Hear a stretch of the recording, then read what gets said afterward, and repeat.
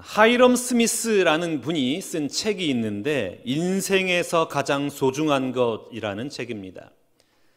그가 이 책에서 인생에서 가장 소중한 것 4가지를 얘기합니다.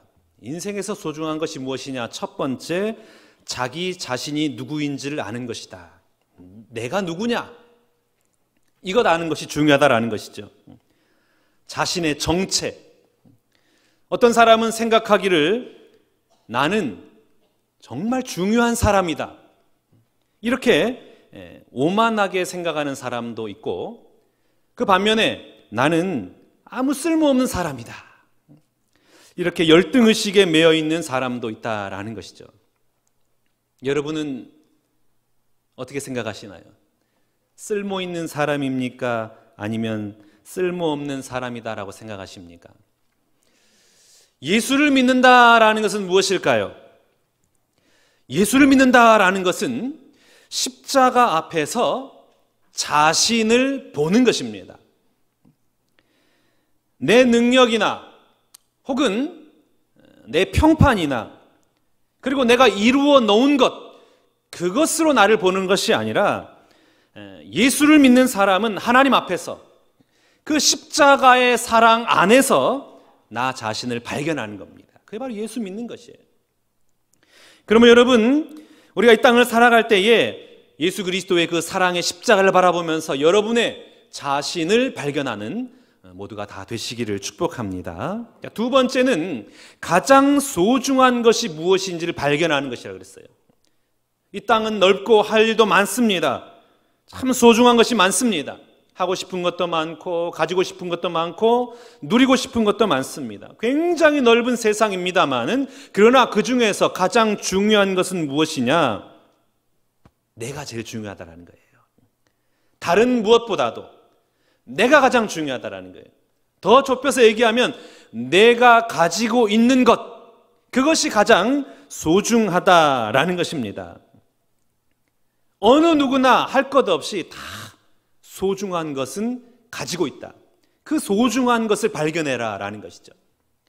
세 번째는 그 소중한 것을 발견했으면 그것으로 살아가라라는 거예요. 내가 가지고 있는 그 소중한 것에 집중해라. 거기에 열정을 기울이라 라는 말입니다. 할 수 없는 것 해달라고 기도하지 말고, 없는 것 있게 해달라고 기도하지 마라.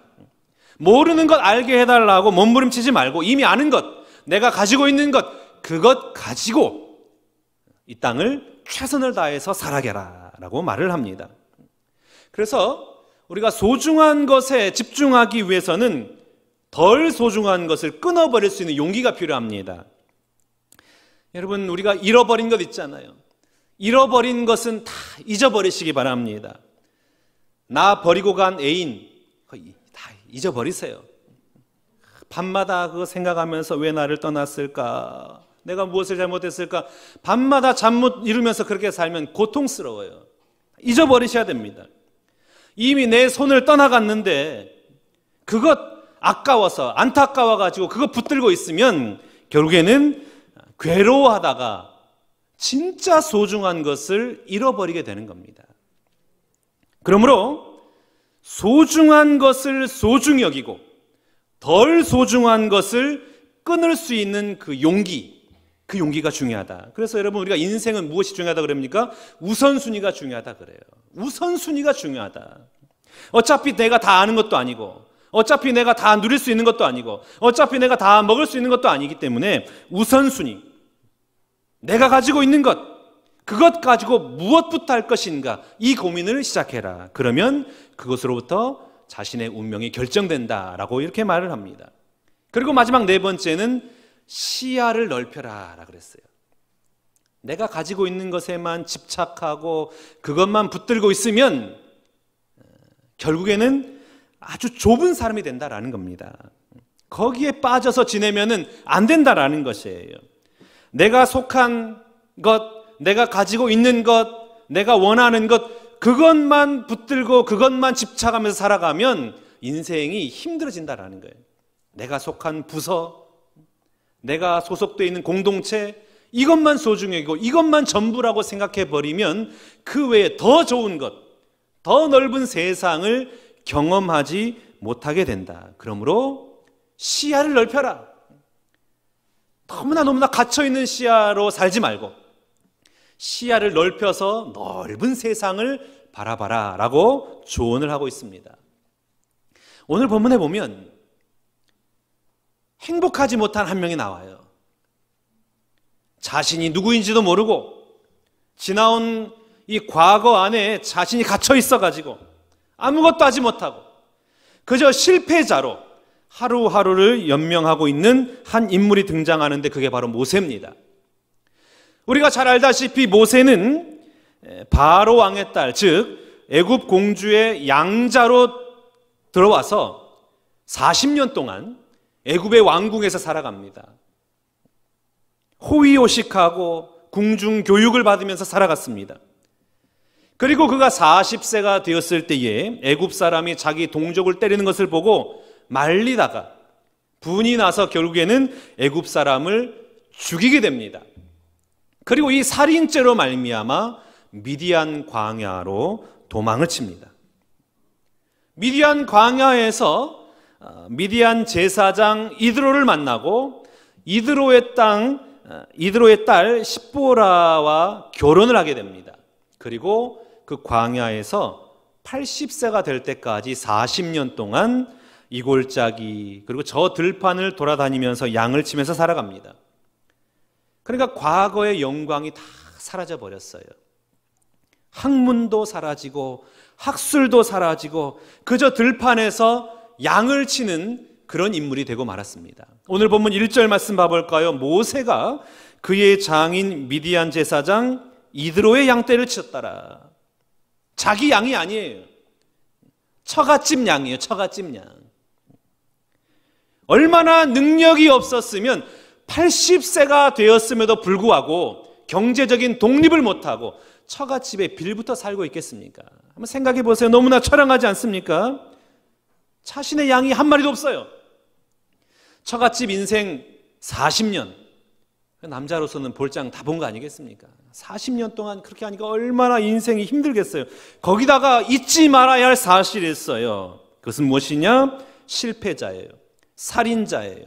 무능자예요. 도망자예요. 아무런 소망이 없는 사람. 그저 숨이 붙어있기 때문에 살아가는 사람. 그게 바로 오늘 모세라는 겁니다. 그러니까 모세는 꿈도 없어요. 소망도 없어요. 아무런 희망이 없는 거예요. 그저 하루하루를 연명하고 있는 것입니다. 그런 그때에 하나님이 이 모세를 찾아오셔서 모세를 부르십니다. 모세는 다 사라졌어요. 소망도 없고 꿈도 없고 희망도 없고 재산도 없고 아무것도 없어요. 지식도 없어요. 그러나 딱 하나 남아 있습니다. 그것은 무엇이냐? 하나님의 음성은 들을 수가 있었습니다. 하나님의 음성을 들을 수 있는 귀가 있었어요. 그만한 믿음, 그만한 경건, 그만한 깨끗함은 있었습니다. 그래서 하나님의 음성을 듣습니다. 하나님께서 말씀하시기를 오늘 보면 4절 말씀입니다. 여호와께서 그가 보려고 돌이켜 오신 것을 보신지라 하나님이 떨기나무 가운데서 그를 불러 이르시되 모세야 모세야 하시매 그가 이르되 내가 여기 있나이다. 하나님이 모세야 모세야. 모세가 대답합니다. 내가 여기 있나이다. 여러분, 하나님의 음성을 듣는 것이 얼마나 귀한 일인지 모릅니다. 인생에 아무런 낙과 소망도 없는 그때에 아무런 의미도 깨닫지 못하면서 절망과 낙심에 빠져 있는 그때에도 내가 하나님의 음성을 들을 수만 있다면 그 사람은 복된 사람인 것입니다. 예레미야 7장 23절 말씀 봐볼까요? 오직 내가 이것을 그들에게 명령하여 이르기를 너희는 내 목소리를 들으라. 그리하면 나는 너희 하나님이 되겠고 너희는 내 백성이 되리라. 너희는 내가 명령한 모든 길로 걸어가라. 그리하면 복을 받으리라 하였으나. 아멘. 하나님의 음성을 들으라. 너희는 내 목소리를 들으라. 하나님의 목소리를 들으면 복이 있다라고 말씀하셨습니다. 그래서 여러분, 신앙의 가장 기본은 무엇이냐? 내 마음의 답답함을 가지고 주여 응답해 주옵소서, 이 원통함을 풀어 주옵소서, 이 기도보다도 더 중요한 기본이 있습니다. 그게 뭐냐? 주님, 내게 말씀하옵소서. 내가 듣겠나이다. 이게 신앙의 기본이에요. 들을 수 있어야 되는 거예요. 하나님 오늘도 제게 말씀하시옵소서. 하나님 말씀하시면 제가 그 말씀 붙들고 이 땅을 살아가겠습니다. 하나님의 음성을 들을 수 있는 것, 이것이 신앙의 가장 기본입니다. 우리 하나님은 부르시는 하나님이십니다. 우리를 부르세요. 고요할 때에, 소란스러울 때에, 때로는 침상에 있을 때에, 병상에서, 절망해서 누구도 알아주지 않고 아무도 가까이 하지 않을 때에, 그때에 하나님이 우리를 부르십니다. 때로는 조용한 음성으로, 때로는 마음의 감동으로, 때로는 하나님의 그 성경 말씀으로 우리를 부르십니다. 우리를 부르실 때 우리가 어떻게 해야 되겠습니까? 주여, 내가 여기 있나이다. 그 말씀 앞에 응답하는 것입니다. 인간 앞에는, 인간적으로는 보잘것없고 비천하다 할지라도 오늘 내가 하나님의 그 부르심 앞에서 응답을 제대로 하기만 하면 하나님 손에 붙들림 받아 하나님의 위대한 역사를 보게 될 줄로 믿습니다. 하나님 음성 듣는 여러분 되시기를 축복합니다. 오늘 모세는 절망의 현장, 낙심의 현장에서 하나님을 만났습니다. 그때 하나님이 모세에게 말씀하세요. 5절 말씀 봐볼까요? 하나님이 이르시되 이리로 가까이 오지 말라. 네가 선 곳은 거룩한 땅이니 네 발에서 신을 벗으라. 신을 벗으래요. 신을 벗는다라는 의미는 어떤 의미겠습니까? 오늘 본문 그 9절 문맥상으로 보면 거룩한 땅이니 신을 벗어라. 오물로 더럽혀진 너 신을 벗어라. 더럽고 추한 그 신발 벗어버려라. 허물과 죄로 더러워진 그 신발을 벗어버려라. 그러니까 신발을 벗는다라는 것은 경건의 의미가 있습니다. 거룩의 의미가 있어요. 존경의 의미가 있습니다. 그래서 여러분, 많은 종교가 신발을 벗고 자신들이 예배하는 신에게 나아갑니다. 이슬람교는 아직도 신발을 벗고 무릎을 꿇고 그렇게 나아가잖아요. 제가 신대원 때 동방전교회를 한번 방문한 적이 있었는데 신발을 벗고 들어가요. 그래서 예배를 2시간 드리더라고요. 일어섰다가 앉았다가 일어섰다가 앉았다가 2시간 동안 그렇게 하더라고요. 신발을 벗는다라는 것은 그 사람을, 그분을 존경한다. 신발을 벗으라 라고 말을 하고 있는 겁니다. 다시 말해서 내 인생의 그 더러워진 것, 그거 다 벗어버리고 거룩하신 하나님 앞으로 나오라, 이 말입니다. 또 다른 하나는 고대 근동 사회에서 노예는 신을 씻지 않았어요. 노예에게는 신이 없었습니다. 이 말은 어떤 의미입니까? 너는 노예다라는 거예요. 너는 이제 나의 노예다. 너는 나의 종이다. 하나님이 모세에게 말씀하시는 거예요. 너는 노예다. 신발을 벗어라. 네 신분이 무엇이었던 간에 그건 중요한 것이 아니다. 이제 신발을 벗고 하나님의 노예로, 하나님의 종으로 이 땅을 살아가라. 네가 애굽에서 살았던 40년 그거 다 잊어버려라. 광야에서 지냈던 그 40년, 그 고통과 치욕스러운 40년 그거 다 잊어버려라. 때 묻은 신발 다 벗어버리고 새롭게 출발해라. 과거에 살아갔던 생활 방식, 과거에 가졌던 철학, 과거에 경험했던 성공과 실패, 그거 다 접어두고 잊어버리고 신발 벗고 이제 하나님의 노예가 되어서, 하나님의 종이 되어서 이 땅을 살아가라 라고 말씀하고 있습니다. 여러분, 하나님 부르심을 받은 성도에게 마땅히 요구되는 신앙의 자세가 있습니다. 그것은 무엇이냐? 신발을 벗는 거예요. 내 과거, 내 직분, 내 신분, 나의 경험, 나의 지식, 그거 다 벗어버리는 거예요. 하나님을 믿을 때의 신앙의 자세는 바로 거기에서 있는 겁니다. 너 발의 신발을 벗어버리는 것, 이게 바로 신앙의 출발점입니다. 옛말에 동가식 서가숙이라는 말이 있습니다. 어떤 집에 무남 동료가 있었어요. 딸을 애지중지 잘 키웠는데 이 딸이 너무나 미모가 출중해요. 결혼할 때가 되었습니다. 비록 넉넉한 집안은 아니었지만 이 딸이 아주 외모가 출중했기 때문에 인기가 많았어요. 이 집 저 집 다 이렇게 혼담이 많이 들어옵니다. 그러다가 동시에 서쪽 집과 동쪽 집 동시에 혼담이 들어온 거예요. 동쪽 집을 봤더니 그 청년은 아주 부잣집인 거예요. 잘 살아. 그러니까 아버지가 마음에 든 거예요.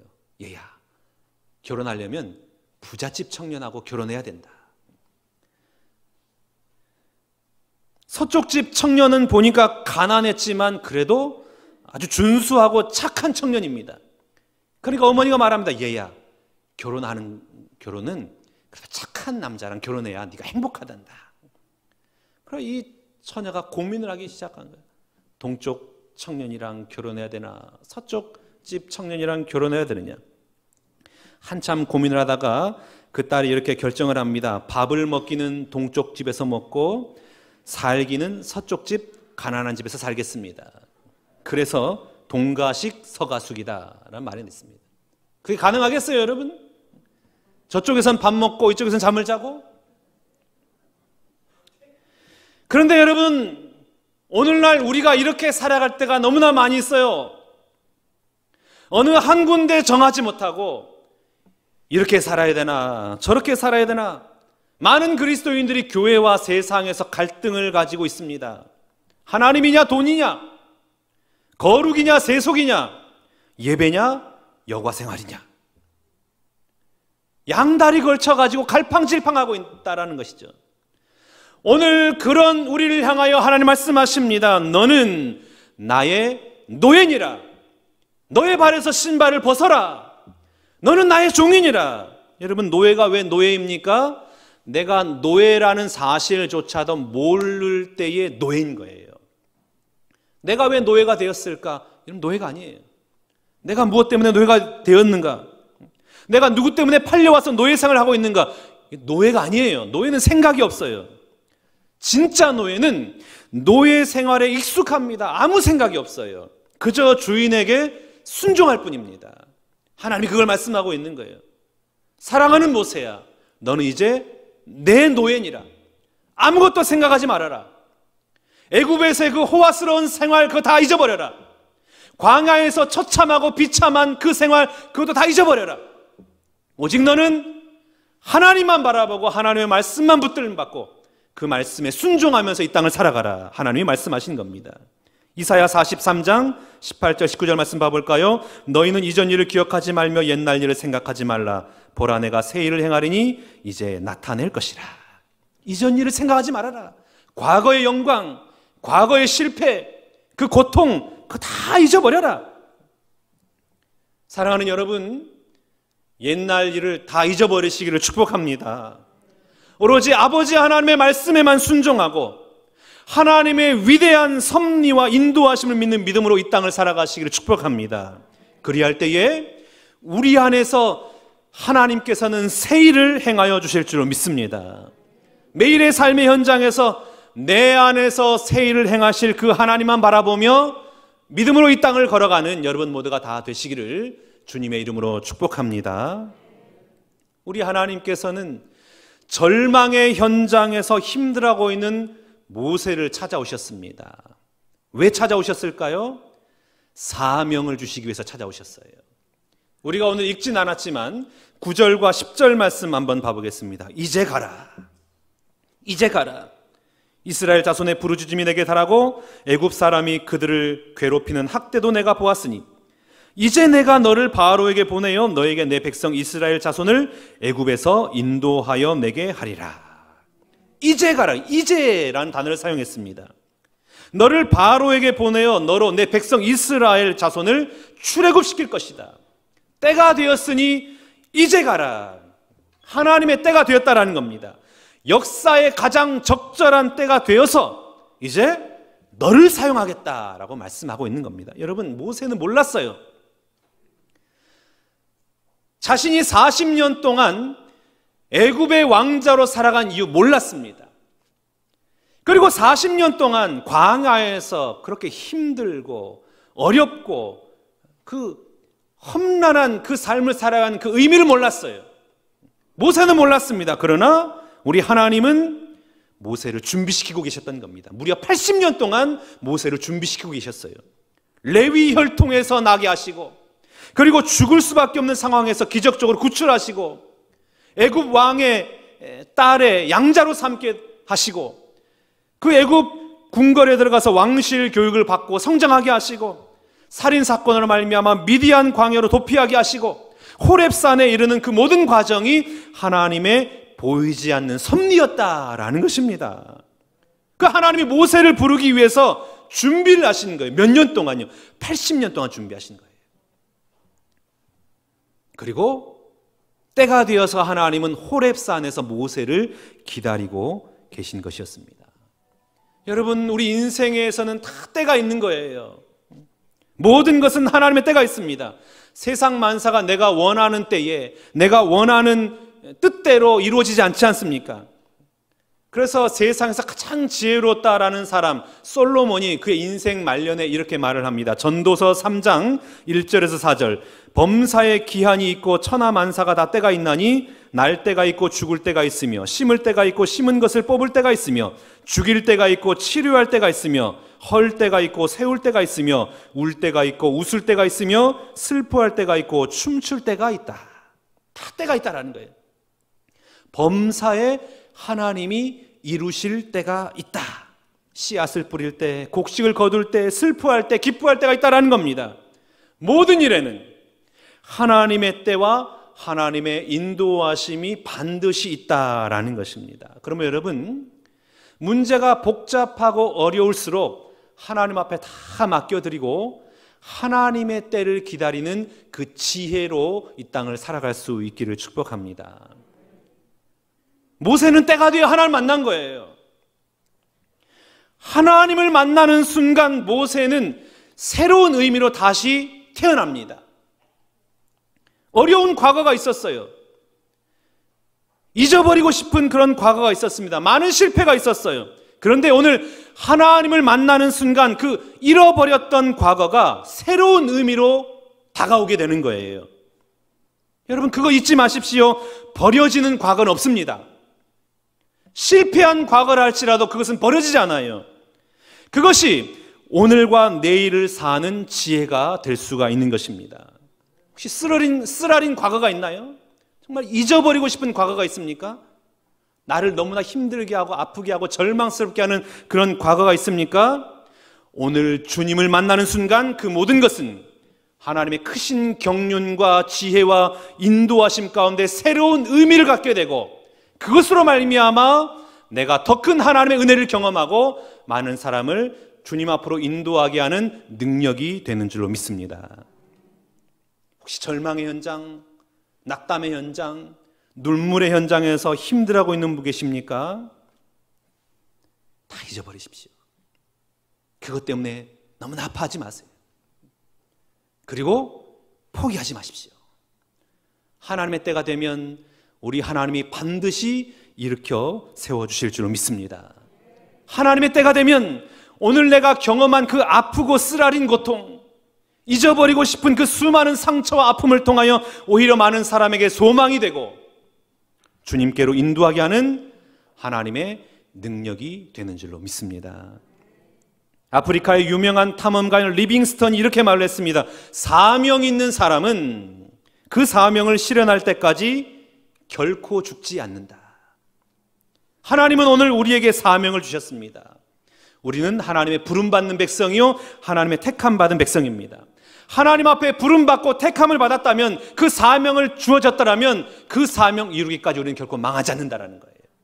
그러니 여러분 낙심하지 마시고 포기하지 마시고 절망하지 마시고 하나님의 때가 되면 반드시 우리를 일으켜 세워주시는 그 하나님 바라보며 이 땅을 믿음으로 걸어가는 여러분 모두가 다 되시기를 축복합니다. 이사야 58장 11절 말씀 봐볼까요? 여호와가 너를 항상 인도하여 메마른 곳에서도 내 영혼을 만족하게 하며 내 뼈를 견고하게 하리니 너는 물된 동산 같겠고 물이 끊어지지 아니하는 샘 같을 것이라. 아멘. 하나님의 때가 되면 물된 동산처럼 하나님의 은혜의 강물이 흘러나는 은혜로운 하나님의 백성이 될 줄로 믿습니다. 혹시 여러분 우리 가운데 사업을 하면서 외로이 힘들게 그 사업을 경영하고 있는 분 계십니까? 아무도 나를 환영해 주지 않는다. 나는 이 땅에 나 혼자밖에 없다. 그렇게 생각하는 분 계십니까? 질병에 걸려가지고 너무나 고통스러워서 나는 이제 어떻게 살아가야 되느냐, 이렇게 낙담하고 있는 분 계십니까? 자식들 키워보니까 다 쓸모없구나, 나 혼자밖에 없구나, 혹시 이렇게 생각하는 분 계십니까? 그러나 여러분, 우린 혼자가 아니에요. 하나님이 반드시 우리와 동행하여 주십니다. 항상 함께 해주십니다. 그리고 그 실패와 그 아픔과 고통은 반드시 새로운 열매가 되어서 하나님의 영광을 나타내고 많은 사람에게 은혜와 기쁨을 주는 그런 귀한 재료가 될 줄로 믿습니다. 사랑하는 신관계 성도 여러분, 우리 하나님은 절망의 현장에 찾아오시는 하나님이십니다. 그리고 우리에게 사명을 맡겨주십니다. 가라, 하나님의 영광을 나타내라. 하나님이 너와 함께 할 것이다. 그러므로 어떠한 상황과 현장 속에서 절망하지 마시고, 포기하지 마시고, 낙담하지 마시고, 하나님의 때를 믿음으로 기다려서 모세가 하나님 손에 붙들림받아 하나님의 위대한 사명을 감당했던 것처럼 여러분 모든 삶의 현장마다 하나님의 은혜가 충만히 임하시기를 주님의 이름으로 축원합니다.